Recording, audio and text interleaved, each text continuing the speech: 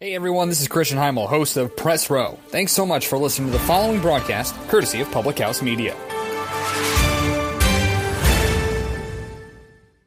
Hey, it's Baxter Colburn here from Public House Media. Did you know that we just added a store here at Public House Media? No, I'm not talking about a grocery store where you can go buy apples or bananas or peanut butter, which are all fantastic, especially when peanut butter's on all of those. Anyway, we've added a store here at Public House Media so you can not only come and represent your favorite podcast network, but also represent your favorite shows as well, too. Just go over to thephmedia.com and look in the top right corner where you'll see the button that says Store. Click on that and you can search through all of our great products. Or if you go to our Facebook page, Public House Media, you can see on the left-hand side a tab that says Store. All of our products are listed there as well too. It's the new Public House Media store. You don't want to miss it. It is fantastic. Buy some of that great swag to support your favorite shows and to support Public House Media. Check it out today. This is Ryan Pierce, host of Completely Serious here on Public House Media. Thanks for listening to the following broadcast on Public House Media. Once you're done with this episode, I hope you'll come check out my show, Completely Serious, where we talk about sports and have fun with great guests. Don't forget to subscribe on iTunes so you'll never miss an episode of Completely Serious. Thanks again for checking out the following broadcast on Public House Media.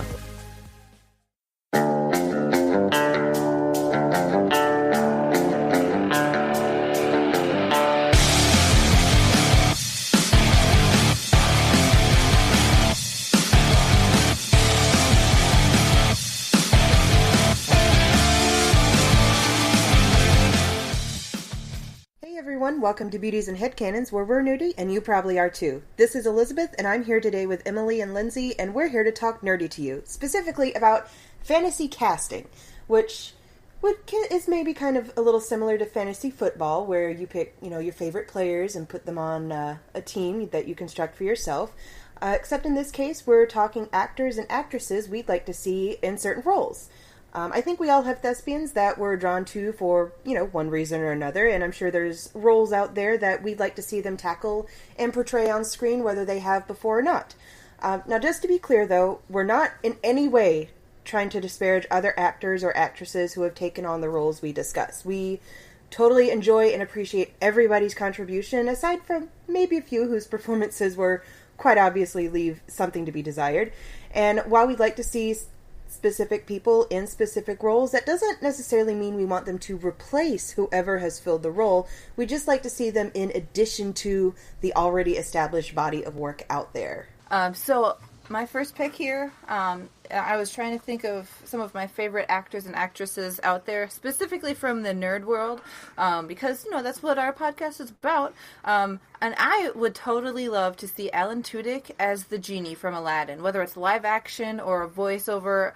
Either way, I do not care, because I think he would be fantastic. And I love Robin Williams' Genie, and I've always been a fan of just Robin Williams in general as an actor, but I just totally think Alan Tudyk would bring a fantastic personality to the Genie as well. We'd just be in stitches giggling over whatever his voices that he wanted to do, or whatever his interpretation of the Genie. I think it would be hilarious. I would love it. And then this just got me thinking, because I was trying to think of other people that I would like to see in other roles, and I'm like, what if the whole cast of Firefly did a remake of Aladdin? So just for kicks and giggles, have Nathan Fillion be Aladdin, Marina Baccarin, I think she'd be a fantastic Jasmine.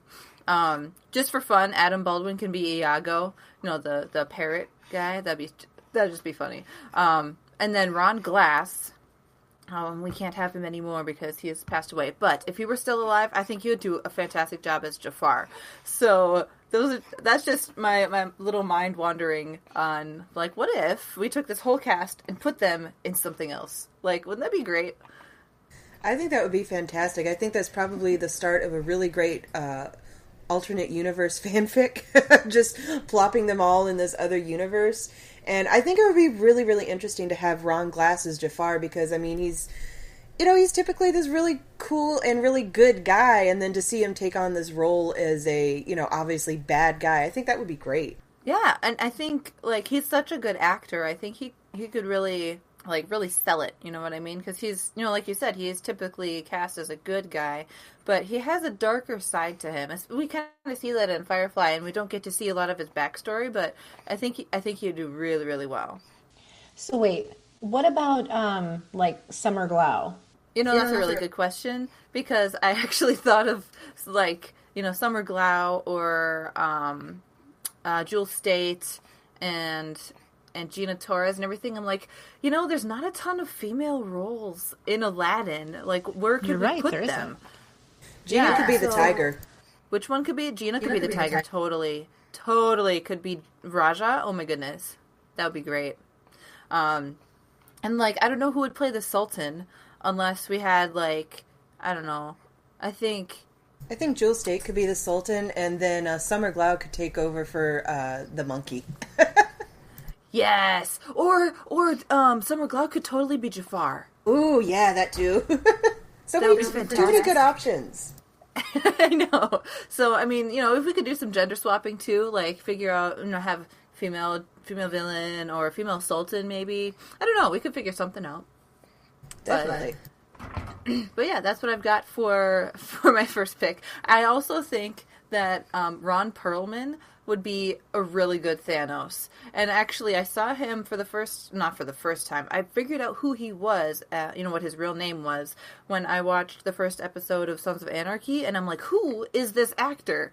And I'm like, okay, he looks very familiar. I'm pretty sure I've seen him in at least one thing before. And then I was like, wait, was he Thanos?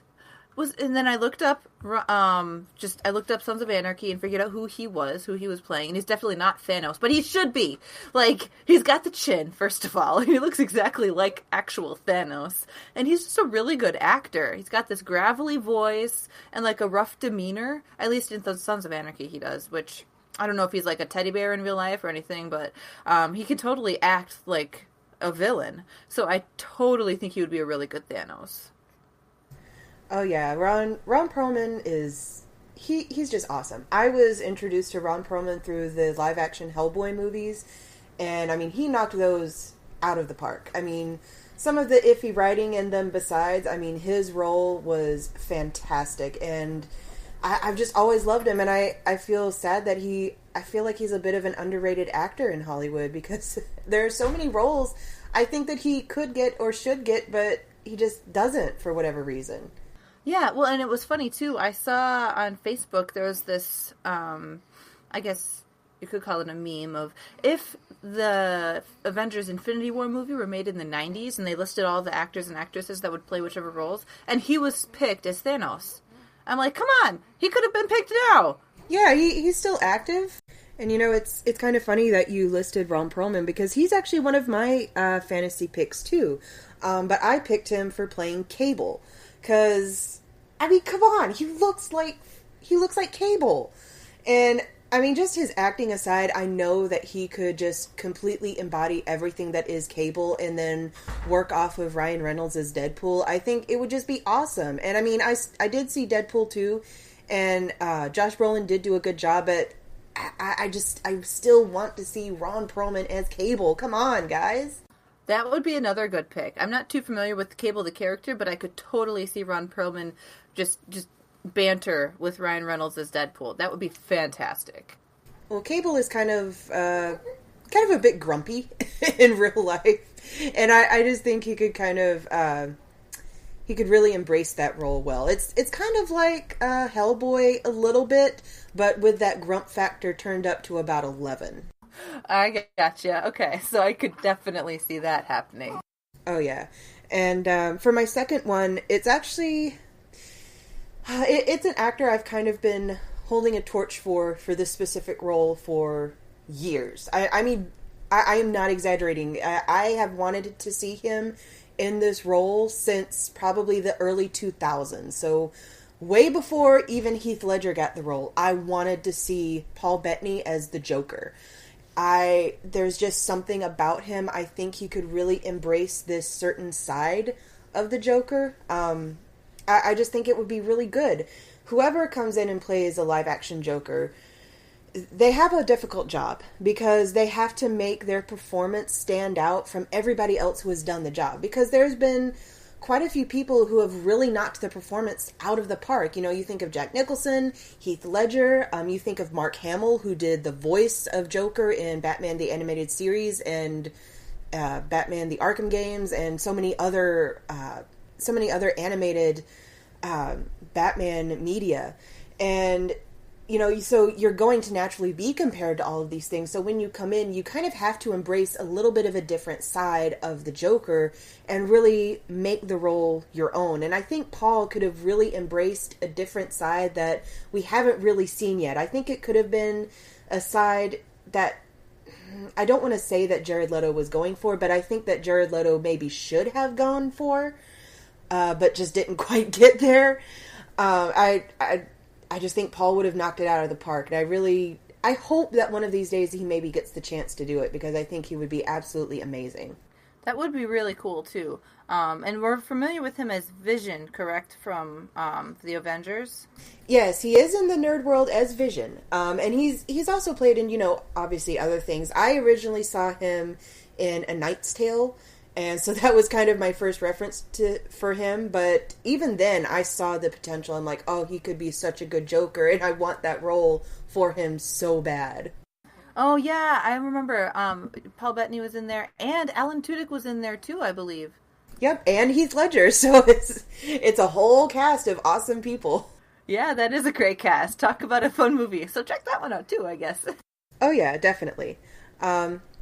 And then for my third main one, I have two bonus ones, but for my third main one, it's not really a specific role, but I wanted to see Chris Hemsworth as a main companion for the female Doctor, because, you know, as long as the Doctor's been male, he's always had sort of a kind of a main attractive female companion along with him, and he's kind of had male companions like here and there, but like usually his main companion is like some sort of attractive female. And I think it just would be really cool, since the Doctor is now female, to have an attractive male companion. You know, since we're gender swapping one, let's gender swap the other. Gender swaps for everybody. You know, totally. Chris Hemsworth as a companion would be fantastic. He's just a really good actor in general, and like he's good at kind of playing the like when he's Thor, he can really encapsulate a certain society and play dumb to everything else. And then, but also, like, he can just, you know, be a normal person, too, I think. Yeah, and just come out as sort of this, you know, totally smart and capable character, you know? Have we seen Chris Hemsworth play any normal people? Just out of curiosity. Yeah, he was in the Ghostbusters remake, which I know isn't saying much because from what I've heard, it wasn't that great. But he was in that. He played the role of their secretary. No, I saw that, and he still wasn't normal. He was heartbreakingly gorgeous, and I think I would be interested to see him play just a normal run-of-the-mill guy doing anything, to be completely honest. Yes, well, and that makes me think of those videos because when he was not in Civil War, they made all those spoof videos that he like went off and got a normal roommate and stuff. I think that's why all those videos were like super popular, is because he was just like a normal dude, except for that he was from Asgard. Yes, he was from Asgard. Like, like he was just a random Asgardian, but he was just doing normal people things. Okay, I'll have to look that up then for sure. Oh, definitely. It's hilarious. Yes, please do. And then I have two bonus ones. And they're both sort of supernatural related, but not really. The first one is I would love to see Jensen Ackles do a live action Red Hood. He did voice Jason Todd in Under the Red Hood, which is a fabulous animated movie, by the way. I highly recommend it. It's phenomenal.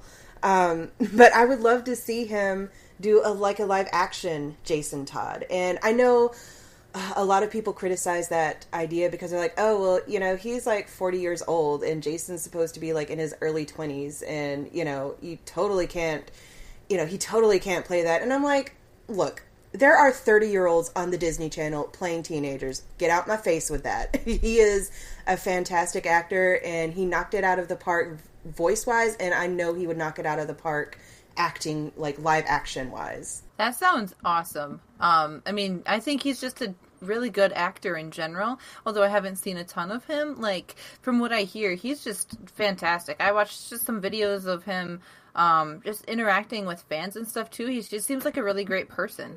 He is, and I mean, people will rag on him and say, oh, he's not really that good of an actor. And I'm like, look, y'all obviously haven't watched very much Supernatural, because there are scenes in there that give me chills to watch him, because it is so powerful, and the emotion that he puts out is just amazing. I mean, seriously, I am not exaggerating when I say it's Oscar-worthy performances, even though, I mean, obviously it's not eligible for an Oscar because, you know, it's a TV show, but I mean, still, it's that level of acting. It's just, and it's phenomenal, and don't dismiss him. I know he's a pretty boy, but he is so much more than a pretty face. He could totally act, and I just would love to see him do a live action, because I think it would be amazing.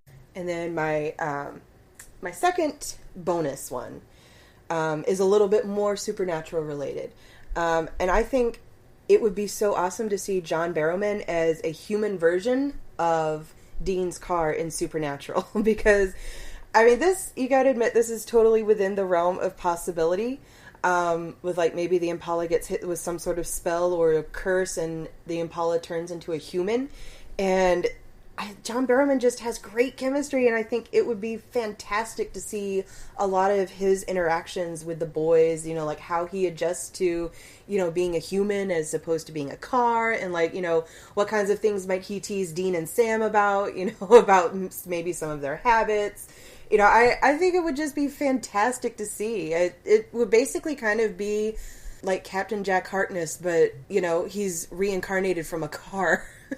Yes, like, as over-the-top as John Barrowman can act, or just as, like, good of an actor as he is, like, he could do whatever he wanted to, and it would just be awesome. Like, it's like, you know, since it's the car has been in all these adventures, and he'd be like, hey, like, I wanted to tell you this and this and this, but, you know, I didn't get to because I was a car. Yeah, I think it would just be hilarious.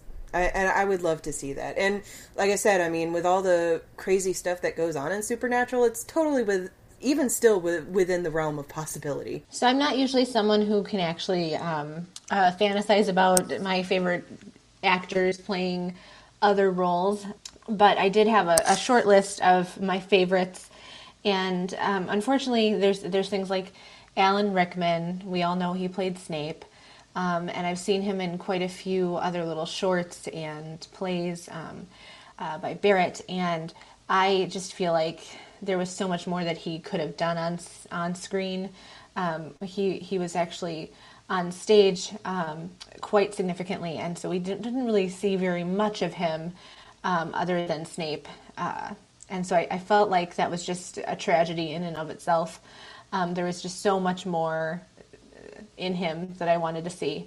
Kind of like Tim Curry, who I absolutely adore, but his career is ended, or mostly ended. But he played so many different characters. He was so versatile, and I really felt like Alan Rickman had that kind of power behind him as well. And then I'm having a hard time with the new Solo movie coming out, because I feel like the only Han Solo I'll ever see is Harrison Ford. And I do feel like when they took Robert Downey Jr. in some of the most recent Marvel movies and they made him so much younger, it looked super like fake. But I felt like they just should have done that with Harrison Ford so that we could have him still be Han Solo. He's only going to be my only Han Solo ever. Yeah. Definitely. The thing is though, he hates that role though. Yeah. And that's the thing that bugs me about Harrison Ford. It's like he did that role so well, but he hates it. He actually wanted to be killed off in the original Star Wars, but they wouldn't let him. No. And I think that's probably part of the reason they killed off Han Solo in The Force Awakens, because he probably just was sick of hearing about it and wanted the role to end. And I'm like, this role got you into acting. It made you into who you are. Like, how can you not like it? I just don't get it. Yeah, I don't know either. But I also think I've seen other fans say this too, like, we could just have Harrison Ford, as he is, pretending that he's younger, but just not change anything about him and just be Han Solo still. Like, he was never young, he was always that age. Like... Yes, exactly. He was never a super young guy. He's always been, like, minimum age 30. But yeah, see, you could, like, comment on that. Be like, what, wasn't I a little younger? Like, no, you've always had that gray hair. You've always had those wrinkles. Exactly.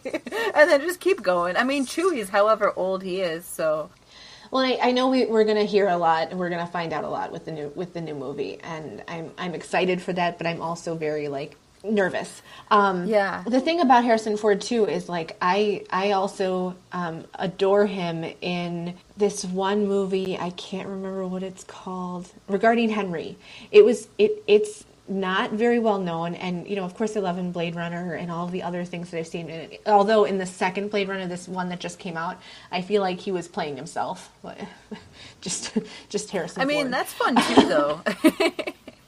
Right, but in Regarding Henry, he's a businessman who you know, adores money and adores his lifestyle, and he's disconnected from his family, disconnected from his wife. He may or may not be doing some extramarital things, and he has an accident. Someone shoots him, and he has to relearn how to walk and talk, and he remembers certain things about his life, but they're kind of skewed, and it's just like the most phenomenal acting job that I've seen him do, and I've seen very, very few actors be able to take on a role like that and to do it so amazingly. And it is really, you know, like Harrison Ford playing this character, obviously, but it's so believable, and it's one of those times when I really fell in love with him as an actor. So it's just something that I've always known him as Harrison Ford. So Harrison Ford as Han Solo. So I just felt like it's something that I really am going to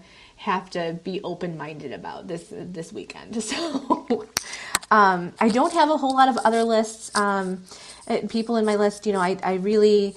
I miss Carrie Fisher, but she never really played any other characters besides Leia that I remember. Do you guys? She did a role on 30 Rock that was fantastic. She was like this old bitter writer that Liz Lemon loved and adored, and like she stood up for her and tried to like get her, you know, back in the game, and then like it didn't work out, and so she was like, well, just quit 30 Rock and come work with me. And, you know, she, you know, and it turned out, you know, she was just, you know, this bitter old writer that, you know, didn't, you know, there was a reason, in other words, she didn't have that much going for her.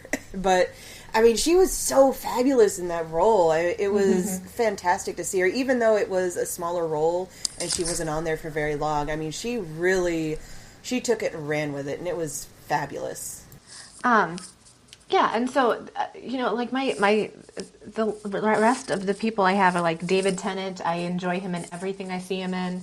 I just finished Jessica Jones, and so when he shows up again a few times as Kilgrave in season 2, I was super excited, and I just love him, and I love him in Broadchurch, and I think the only thing I can't wrap my head around yet is him as Scrooge McDuck in DuckTales. I don't know, but I'm always excited to see his name on something that I want to watch, and I don't really imagine him as anything except what he's already been, and you know, he'll always be my favorite Doctor, so there's that too. But yeah, let's see. he's just a fantastic actor, though. Like, yeah, he does a fantastic job as Barty Crouch Jr. in Harry Potter 4. He does a fantastic job as the 10th Doctor, and he does, you know, I saw him a couple episodes of Broadchurch. Fantastic job there, even with an American accent. Like, he's a good, you know, he's awesome. I can't say anything else. I have so much fun. Pretty much, if you see his name, you know it's going to be good. And then Helena Bonham Carter, we've seen her play so many different characters, but they're always like this ridiculous thing that you can't even imagine, like how she gets into that character and how she, and you know, just immerses into these absolutely insane people. Even when you go from like the Queen of Hearts in the Alice in Wonderland franchise, I'm blown away by everything I see her do, even though I feel like some of it's very, you know, being married to Yeah, being married to Tim Burton, I guess you kind of have to have like that craziness to you. But she's just someone I love, just like David Tennant, that I'm excited to watch whatever she's going to do, whenever that happens to be. And so those two are like my, I would put them in just about anything, just so I can watch them and see what they do with it. Would you put both of them in the same thing, where they'd both No. play all the characters? No, I wouldn't. That would be a little weird. Yeah. Yeah. Well, I They mean, have even very the same different thing, styles. But even when you get down to like Johnny Depp, Yes. we're gonna see him again as Grindelwald, and I'm super excited. And he's been opposite Helena Bonham Carter in a lot of things as well. Yeah. But I don't know if I would like take all of my favorites and kind of just be like, okay, you're this and you're that and you're this and you're that, and Right. run with it. Let's see what happens, because I feel like that's recipe for disaster. It doesn't work with all the favorites, because sometimes they're so different. Well, right, Yeah. and so different and so creatively, different.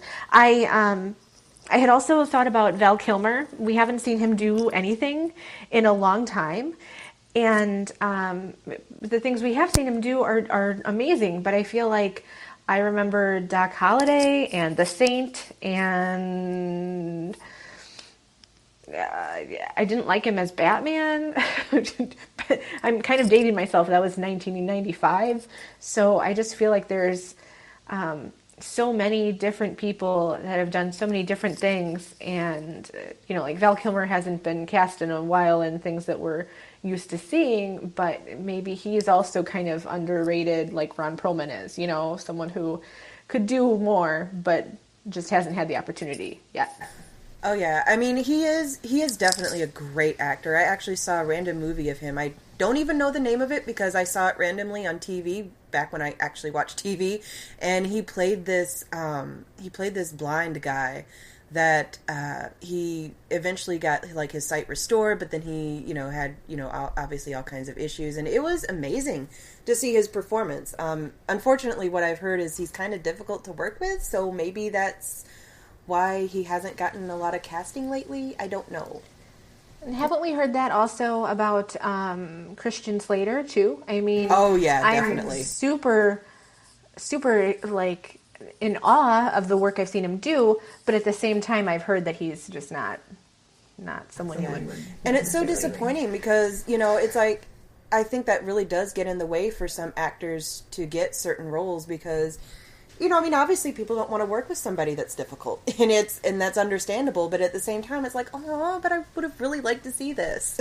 On the flip side, Hugh Jackman is supposedly a really nice, down-to-earth, amazing guy, and I may or may not be listening to the Greatest Showman soundtrack a lot lately, and singing along with him just makes me so excited, and that I've heard that he's like a great human being too, just makes me even that more excited to see what else he's going to do next too, because I've loved him as everything he's done, from Jean Valjean to Phineas Barnum to Wolverine. So let's go. What's next? Oh yeah, I love Hugh Jackman too. I was just so surprised to find out that the same guy that plays Wolverine also does musicals. Like, what? How versatile. That's amazing. It's so weird because, initially just looking at him, you would think he is the antithesis of everything Wolverine. He's tall, he's handsome, and Wolverine is portrayed as like very short, kind of like 5'3", 5'2",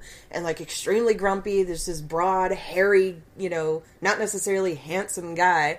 And so it's not really necessarily something you think of as Wolverine, but obviously when he went in there, he really, took the role and made it his, and it's hard to picture anyone else as live-action Wolverine now. You're totally right, though. Like, I've only seen him as live-action Wolverine, and then I found out he was in other stuff, and I'm like, what? Wolverine is that too?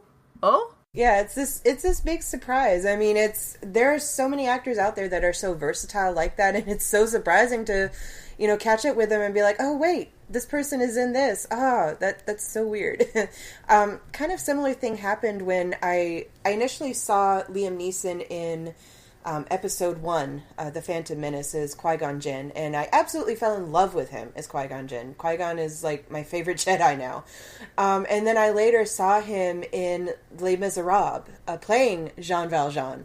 And I'm like, what? This is insane, but it's so good. Like, how is this even a thing? But looking at it for what it is, it's absolutely fantastic. And I tried to watch the new Les Miserables, but Liam Neeson is still my Jean Valjean. I can't let go of him. Yeah, I honestly, like, Liam Neeson is another one. Yeah, he does so much, and like you'll be listening to something with a voiceover and be like, he sounds so familiar.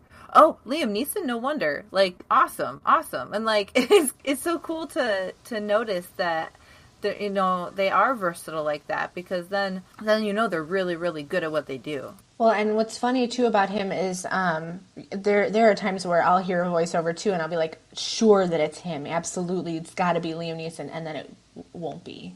And I'll be like, oh wait, it wasn't. But even when you go back and see, there's movies now recently where I think he's a little bit typecasted with things like Taken, where he's the ex-CIA trained to go find the unfindable people. But then there's I'm still floored by seeing him in Schindler's List, and watching an actor play such a difficult role with such a difficult subject matter and doing phenomenally at it, and it being such a Paramount movie is really just puts me in awe of these people on a daily basis.